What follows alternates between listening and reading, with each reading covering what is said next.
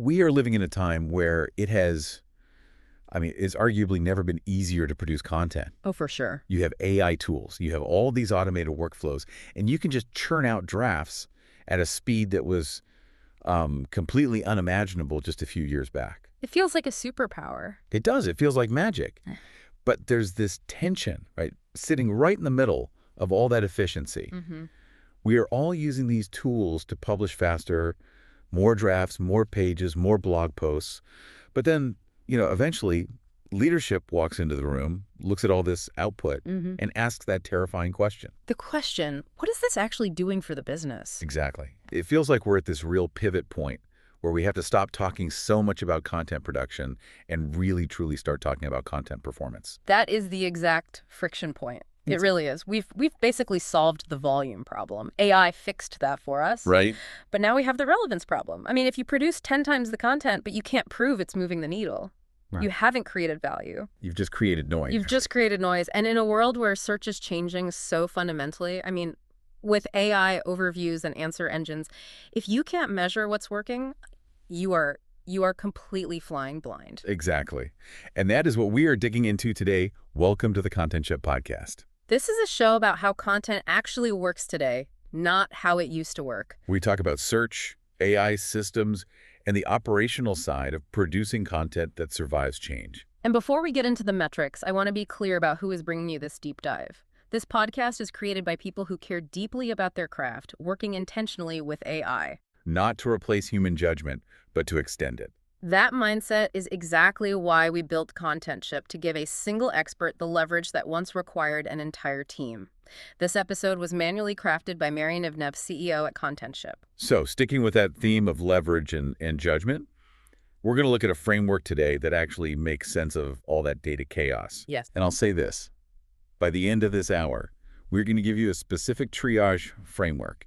You'll be able to look at your existing content backlog, which, might be hundreds of pages, and instantly know which 4 buckets every single page falls into. Which is a huge relief. It's going to save you from those reporting fire drills where you're just scrambling to justify your team's existence. Right. And to get there, we really have to start by acknowledging a very uncomfortable truth about data dashboards. Oh, I know this feeling so well. You log into Google Analytics or Looker or HubSpot, whatever your platform is, and it's a wall of numbers. It is. Green arrows, red arrows, graphs going up, graphs going down. It looks pretty, technically. It looks impressive. But you sit there staring at it, and you just think, okay, but what do I actually do next? Yeah. It honestly feels like drowning. That is because most teams do not have a data problem. They think they do, but they don't. They have a decision problem. A decision problem. We see this all the time. A content marketing manager will come to us and say, my content isn't performing. But when you really dig into that statement, it usually means one of 3 very, very different things. Okay, break those down for us, because not performing just feels like a blanket term for I'm stressed out and I don't know why. It is. It's a cry for help. So what are the 3 actual scenarios? The first one is what we call the ghost town scenario. You are publishing heavily, the team is working super hard, shipping articles every day, but the pipeline isn't moving. Nothing. Sales aren't going up. It just feels like you're shouting into the void. Okay, so high effort, low impact. That's a total morale killer right there. It is. The second scenario is the vanity trap. This one's seductive. Ooh. Oh. You're getting traffic, maybe a lot of traffic, but it's the wrong traffic. What does that mean, wrong traffic? It means these people land on your site, they look around for a second, and they leave. They never convert. They never sign up for a demo. They never download the ebook. So you have a chart that looks amazing for the board meeting. Exactly. A beautiful upward curve. Until they ask about revenue. Until it asks about revenue. Then it gets really quiet. Right. Look at all these eyeballs, but none of them are opening their wallets. I feel like this happens a lot when brands chase, viral trends or keywords that have absolutely nothing to do with their product. Precisely. It's empty calories. It looks good on the surface, but there's no substance. And the third scenario is arguably the most frustrating of all. More frustrating than the first 2. Okay, we call it the lucky streak. The lucky streak. You're getting wins, leads are coming in, traffic is good, everything looks great, but you cannot explain why. Oh, that's terrifying. It is? Because it means you can't repeat it. Correct. Which makes next quarter's planning pure, unadulterated guesswork. You're just throwing things at the wall and hoping lightning strikes twice. So the fix here isn't to just look at more data, or buy another analytics tool? No, please don't. The fix is to switch your entire mindset to what we call decision-led metrics. Okay, let's unpack this term. Decision-led metrics. It sounds great on a slide deck, for sure, but how is that actually different from just, standard reporting? It completely reverses the order of operations. Most people start with, what can we track? Right. What's in GA4? What's in Search Console? Let's just pull all of it. And then they try to find a story in the noise. The decision-led approach starts with, what decision do I need to make this month? Once you know the decision, the right metric becomes completely obvious. Can you give me a concrete example of a question that leads to a metric? Because, like I said, usually I just see people report on page views because it's the default setting. Sure, instead of just saying, how is our traffic, which is a passive question, you ask an active one, like, if we only have time to refresh 10 posts this month, and which 10 will create the biggest lift for the business? Ah, okay. That's a decision. I have to choose the 10 posts. Exactly. Or you could ask, which of our pages appear in search results but get almost 0 clicks? That's another great one. That tells you where your headlines and your meta descriptions are failing. Right. Or you can get more strategic. Ask which topics are bringing in brand new users versus just serving the people who already know us and love us. That's a huge one for growth. It is. Or, my personal favorite, looking for the silent killers. Which of our posts are quietly decaying in performance even though they look healthy on a surface-level traffic report? Ooh, that's sneaky. It is. But when you anchor your reporting on these kinds of questions, you stop drowning in data and you actually start finding answers. You become an operator, not just a reporter. That distinction, decision first, data second, is huge. It stops you from just reporting the news and it starts you acting on intelligence. Yes. Now, the research from our CEO, Marian Ignev, highlights 16 specific metrics that actually matter, and they're broken down into categories. The first category is engagement. Right, and this is the reality check. Why do you call it the reality check? What's so real about it? Because before you worry about SEO rankings or algorithms or AI overviews or any of that complex stuff, you have to ask a fundamental human question. Which is? Did the human being on the other side of the screen actually read the thing? Did they care? Engagement metrics are your fastest signals of success or failure. So it's like you can have the best keyword strategy in the world. But if the content is boring or it's unhelpful or it's poorly written, you lose. Game over. The human test comes first. So let's look at the first metric in this bucket, views. It seems, I don't know, it seems basic, almost archaic. Is there actually any nuance left in just counting views? There is, and it's critical. The mistake people make is treating views as a success metric. Oh, we got 5,000 views on this post, we won. Right. Pop the champagne. No. Views are a starting point for investigation. That's all they are. Okay, so if it's not a scoreboard, how should we be using views? Here's the workflow. Look at your top viewed pages for the last 28 days. Pull that list. Yep. And then ask yourself one question. Are these aligned with our current business strategy? So if your number one most viewed page is a random blog post from 3 years ago about a topic you don't even sell a product for anymore. That is a massive red flag. That's really interesting. So if a non-money page is getting all the attention, that's actually a problem, not a success. It means your internal linking or your site navigation is probably siphoning attention away from the pages that actually matter. You're literally distracting your own audience from the things you want them to see. Wow. You can check this in the Google Analytics 4 Pages and Screens report, by the way. It's not about just getting high numbers. It's about getting the right numbers on the right pages. Okay, that makes perfect sense. It's like owning a retail store where everyone hangs out in the free coffee area by the door, but nobody ever walks back to the aisles where the products are. Exactly that. You've created a popular lounge, not a store. Let's move to metric number 2, new users. This addresses that echo chamber problem. It does, head on. New users checks if your content is actually expanding your reach or if you're just entertaining the same old crowd. And this brings us to what we call the founder trap. Oh, I love a good trap. Lay it on me. What is the founder trap? So founders and product teams, they love shipping product updates. Version 2.0 is live. Look at this new button we made. Of course. It's their baby. It is. So they write a big blog post about it. And often those posts get really good traffic. So they look at the numbers and think, hey, content marketing is working great. But I have a feeling I know who's reading it. It's just the existing users reading it. The people who already paid you. Exactly. Existing users care about the new button. But that kind of content almost never brings in new users unless your brand is already a massive destination. So if your actual goal is growth, you need a dedicated slice of your content that introduces the brand to people who didn't even know you existed yesterday. So if that new user's metric is flat month over month, You aren't growing, you're just retaining, which is important, but it's a different job. that is such a crucial distinction. It's the difference between customer success content and acquisition content. You need both, but you can't measure them with the same stick and call it a day. Oh, absolutely cannot. Okay, metric 3, average engagement time. This is the big one. This is the did they actually read it? Check. Right. In GA4, this measures how long your site was actually in focus in the browser. It's a pretty good proxy for human attention. And the best way to use this isn't in isolation. It's through comparative analysis. Give me a scenario, because 3 minutes on its own sounds good, but 3 minutes on a 50-word definition page is actually really bad, right? It means they're confused. Right, context is everything. So let's imagine you have two articles, Article A and Article B. They both rank for very similar queries. Let's say best project management software for small teams. Okay. But Article A has an average engagement time of, say, 3.5 minutes. Article B is sitting at 45 seconds. Wow, that is a massive distance. What is happening on Article B? What's going wrong? Time for a diagnosis. Article B is very likely burying the answer. Hiding it deep down the page. Or it's using really weak generic examples. Or, and we see this a ton with lazy AI content, it's over-indexing on that generic, fluffy intro. Oh, I know the one. In today's fast-paced digital landscape. That's the one. Readers smell that from a mile away and they hit the back button. Article A is solving the reader's problem quickly. Article B is just filling space to hit a word count. That generic intro is a conversion killer. It's the written equivalent of clearing your throat for 5 minutes before you actually start speaking. It really is. And that leads us directly into metric number 4, bounce rate. Now, I feel like bounce rate gets a really bad rap.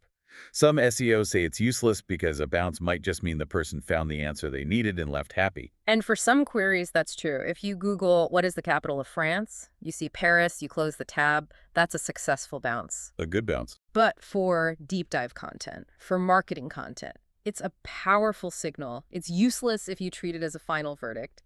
High bounce rate equals bad page. That's too simple. So what's the better way? You have to treat it as a symptom. In GA4, by the way, this is calculated as the inverse of the engagement rate. It's a symptom that points to something else. So what is the symptom usually pointing to? What's the disease? Usually, it's a mismatch between the promise you made and the reality of the page. Okay, give me an example. Let's take a specific one. Say you have a page titled The Best AI Tools for Writers. You're ranking well, you're getting impressions, you're even getting clicks. But the bounce rate is sky high, like 85%. People are leaving instantly. Why? What's happening?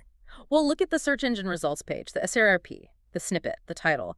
It probably sets an expectation of a clear, scannable comparison or a list. Here are the top 5 tools. Right. But if the user clicks and lands on a page that is just a giant wall of text with no clear list, or it reads like a generic feature breakdown of only one tool, they bounce. They felt tricked. Or at least deeply disappointed. Exactly. The trust is broken in the first 3 seconds. And the fix there isn't to go write 500 more words. It's to fix the structure, improve the time to value, clarify the next step. If you promised a list, give them a list immediately, right at the top. It's all about matching the intro promise to the snippet promise. Okay. Okay, metric 5. Likes, comments, and shares. Now, these often get written off as pure vanity metrics. You know, likes don't pay the rent. They don't pay the rent, no, but they can tell you how to decorate the house to attract more buyers. I like that analogy. If you use them as inputs for your future content briefs, they become incredibly powerful pattern recognition tools. What kind of patterns are we looking for? You might start to notice things. Hey, every time we publish a template or a checklist, it gets a ton of faves on LinkedIn. Or whenever we show actual screenshots of our real dashboards, not stock photos, we get a flood of comments. Ah, so it tells you the shape of the content that people actually want from you. Not just the topic, but the format. Precisely. If screenshots get comments, stop using cheesy stock photos of people in suits high-fiving.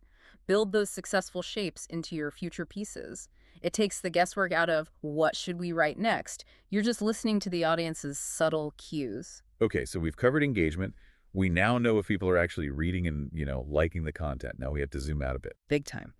We need to talk about whether anyone can actually find this great content in the year 2026.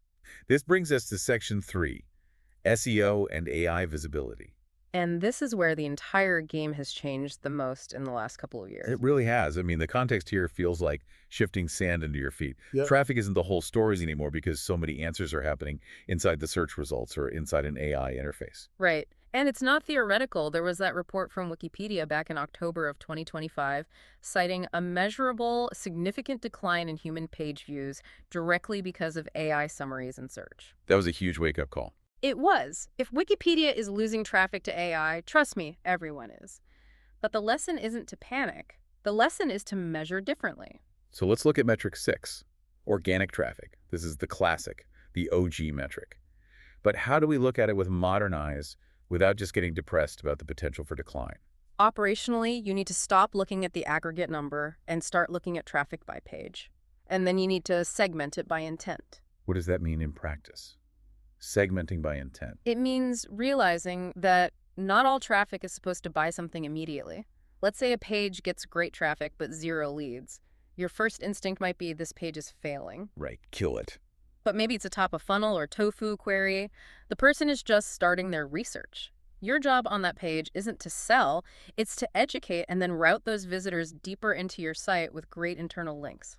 So if you judge a tofu page by bottom of funnel metrics, you'll end up killing your best brand awareness assets. You will. It's a classic mistake. It's like firing the doorman at a hotel because he didn't close a sale. That's not his job. His job is just to open the door and welcome people in. That's a perfect analogy. If you cut all your top of funnel content because it doesn't convert, you eventually starve the rest of the funnel of new people. You're cutting off your own supply line. Okay, metric 7, keyword rankings.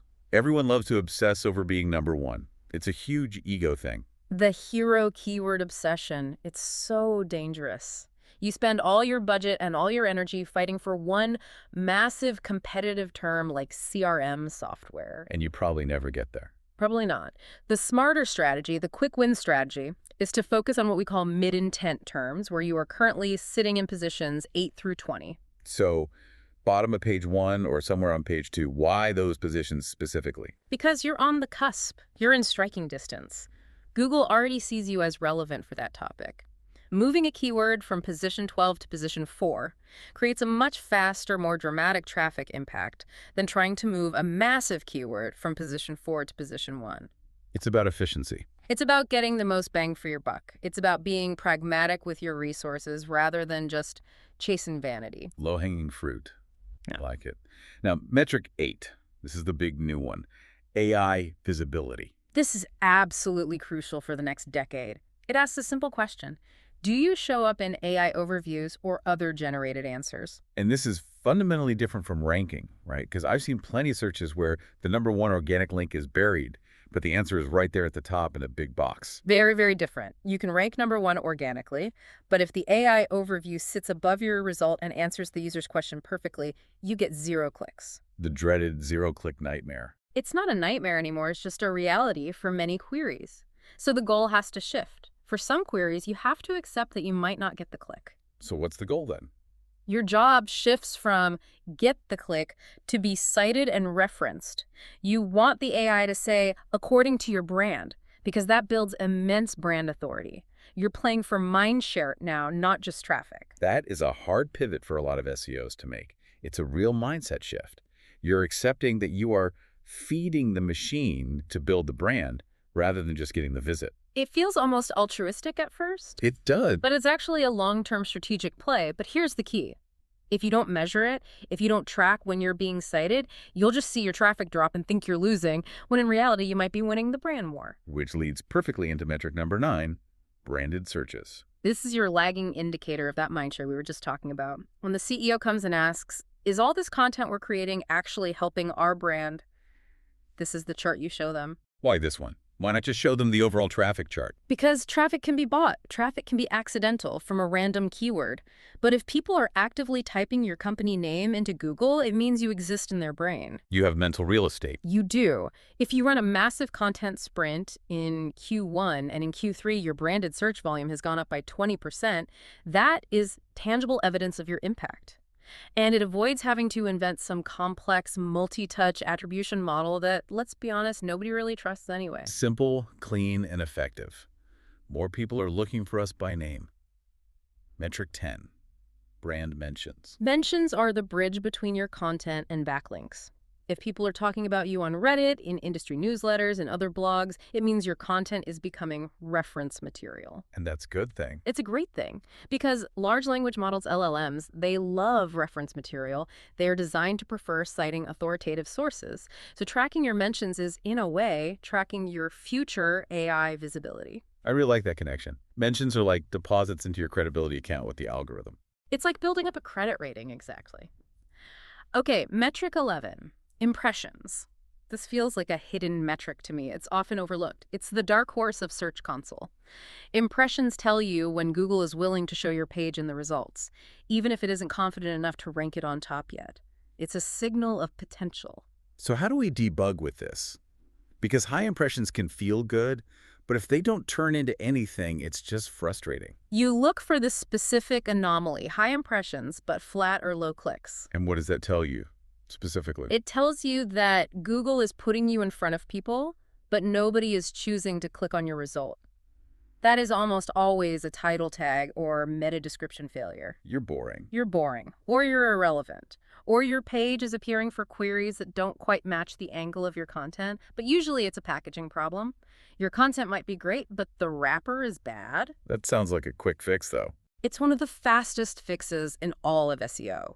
You rewrite the title, make it more compelling, more specific, and suddenly those thousands of impressions can start turning into hundreds of clicks. Speaking of which, metric 12. Yeah. Clicks. This is where that visibility becomes actual visits. And the key thing to watch here is when clicks drop, but your impressions stay steady. Okay, so Google is still showing us, but fewer people are clicking than before. What happened? It's usually SRP competition. A competitor rewrote their title, or Google added a new feature like a video carousel that's stealing attention. So if I see that drop, what do I do immediately? Fastest fix. Don't panic and rewrite the whole article. Just review your title, your meta, and the intro promise of your piece immediately. Just fix the front door. And finally, for this section, metric 13. Backlinks. People have been saying links are dead for, what, a decade now? Are they still a thing? They are definitely not dead, but the approach to getting them has completely changed. It's not about cold outreach anymore. That era is over. Thank goodness. I hate getting those emails. I saw you wrote a post about X. I wrote a better one. Instant delete. We all do. They're spam. The modern sustainable approach is to notice which of your pages naturally earn links without you even asking. So find the link magnets. Find the magnets. Maybe it's a data study you published or a unique tool or a definitive definition page. Then you produce adjacent pieces that deserve similar citations. If you know your audience links to state of the industry reports, you should probably be writing more of those. Okay, so we have engagement and we have visibility. Right. But at the end of the day, we have to pay the bills. We do. Which brings us to section 4, conversion and revenue. This is the business reality. This is where reporting gets real. Engagement and visibility are necessary, but they are not sufficient. Metric 14, leads. This seems straightforward. Just count the leads. But you mentioned earlier that consistency is the real killer here. In B2B especially, you need to track a small, well-defined set of events. Demo requests, contact form submissions, newsletter signups. The absolute ironclad rule here is do not change the definition of what a lead is every quarter. Why is that such a huge problem? I mean, shouldn't we adapt our definitions as the business evolves? You can adapt, but you can't overwrite. If you change the goalposts, you can never show a trend line. If a newsletter signup counts as a lead in Q1, but you decide it doesn't in Q2, your chart falls off a cliff and you look like you failed. And you have to explain that drop. And it looks like you're making excuses. Pick a definition and stick to it for at least a year. If you need to change it, create a new metric. Don't just overwrite the old one. Consistency is key for trend analysis. Hmm. Got it. Metric 15, conversion rate. In GA4, this would be your key events. This metric is what helps you avoid the traffic spike trap. We touched on this earlier, but let's walk through the scenario again. Okay, so a post goes viral on social media. Maybe it's a controversial take, something edgy. Traffic spikes, the chart goes to the moon, everyone in the marketing team celebrates. Champagne in the office? Exactly. But then you look at the actual funnel impact, and it's zero. Nothing. Ouch. That's the hollow victory we talked about. It is. When you overlay conversion rate on top of your traffic data, you can instantly diagnose the problem. The page attracted early-stage, curious visitors who are never going to be ready to buy. So the fix isn't to kill the page. Absolutely not. The fix is to add a more appropriate mid-funnel content path or change the call to action. Maybe instead of book a demo, the offer on that page should be download the free checklist. You're matching the offer to the intent of the visitor. You don't ask for marriage on the first date. Exactly. You ask for a phone number. And finally, metric 16, ROI, return on investment, the holy grail of marketing metrics. And the most intimidating one. The golden rule here, and I want everyone to hear this, is good measurement is honest measurement, not perfect measurement. I love that. Because let's be real, perfect attribution is basically impossible. It's a myth. It doesn't exist. A user might read 10 of your blog posts, listen to this deep dive, see a LinkedIn ad, and then get a referral from a friend before they finally buy. Who gets the credit? Everyone, kinda. Right. You can drive yourself absolutely crazy trying to build a perfect model. So what's the practical formula then? It's simple. Production costs, which includes your team's time and any external writers, plus your distribution costs, versus the revenue you can directly attribute. But, and this is the important part, if your attribution is imperfect, just say so. Be transparent. Be transparent. Say, this is the revenue from direct attribution, and here are the supporting trends in lead volume and branded search that show our broader impact. Leadership respects honesty far more than a black box formula they don't understand or trust. That is fantastic advice. Transparency builds trust. Okay, so we've laid out these 16 metrics, but I'm imagining the listener right now, and they're probably thinking, okay, this is great, but I have 16 metrics and a backlog of 500 pages. Where do I even start? That is the paralysis point. It's totally overwhelming. It is. So let's talk about Section 5, the prioritization framework, the triage. How do we sort through this mess without losing our minds? We use what we call the 4-bucket triage method. It's designed to clear the fog instantly. You just look at your list of pages and filter them using a small subset of these metrics. Impressions and clicks for visibility, engagement time for experience, and leads or conversions for value. Okay, let's go through the buckets one by one. What is bucket number 1? Bucket 1 is for the pages you double down on. Okay, what does a double down page look like? What's its profile? It has strong conversions or really high engagement, plus decent impressions. It's a page that already works, but it could work even harder. It's your B+ student that you know could be an A. So what's the action we take on a page like that? Incremental work only. The most important rule is do not rewrite it. You might accidentally break what's making it work. Don't mess with success. Exactly. Just add better internal links pointing to it. Write a stronger, more compelling meta description to get more clicks from the SRP. Make the call to action, the CTA, clearer. You're just polishing the diamond. Got it. Don't fix what isn't broken. Just amplify its reach and impact. What's bucket 2? Bucket 2 is refresh. And what's the profile of a page that needs a refresh? There are 2 main profiles here. First is strong impressions, so Google clearly likes it, but weak clicks. Humans aren't clicking on it. The second profile is steady clicks, but weak engagement. Humans click, but they leave almost immediately. So in both cases, Google sees the value, but the human user is ultimately disappointed for one reason or another. Exactly. This is where SEO meets user experience. The action here is to tighten the promise. Reorder the sections to bring the most valuable information to the top. Improve the time to answer. If the user has to scroll past 3 paragraphs of your company's backstory to get the answer to their question, They're gone. they're gone. Cut the backstory. Move the value right to the top. Stop burying the lead. Makes sense. Okay, bucket 3. Bucket 3 is expand. Expand. So this implies the content is good, but maybe incomplete. That's right. These are pages that might bring in new users or even earn backlinks, but they don't cover the topic deeply enough to truly own it. They're good introductions, but they leave the reader wanting more. So it's a good start, but it's a bit thin. It's thin. The action here is not to just stuff more keywords into it. The action is to answer the next logical question the reader asks after you've solved their first one. If your article is how to fix a leaky faucet, the expansion might be the 5 best tools for basic plumbing repair. Build a cluster around your winning topic. And finally, bucket 4. This sounds like the sad bucket. This is the sad bucket. It's retire or merge. What goes in here? What are the qualifications for this bucket? Low impressions, low engagement, and no business value. These are the zombies in your content library. They're just taking up space. And the action is pretty self-explanatory. Kill it. It sounds so ruthless. Is there a real SEO benefit to just deleting pages? Absolutely, a huge one.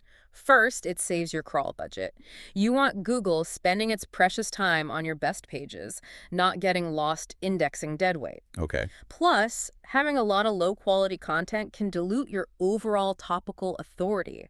Google sees you have all this fluff, and it can hurt the rankings of your good pages. So either delete it, or if there's a tiny negative value, merge it into a better, more comprehensive page and set up a redirect. That feels liberating, actually. Just cleaning house. Okay, So, to recap that quick audit logic for everyone listening, let's do it. high impressions but low clicks means you need to fix your title and meta description. Right. Your packaging is wrong. High clicks but high bounce rate means you need to fix your intro and the structure of the page. The promise doesn't match the reality. High engagement but low conversions means you need to add a better, more relevant next step for that specific intent stage. Right. Change the offer. And finally, high conversions but low impressions means the page is great, but nobody can find it. You need to invest in distribution and internal links. That is the cheat sheet.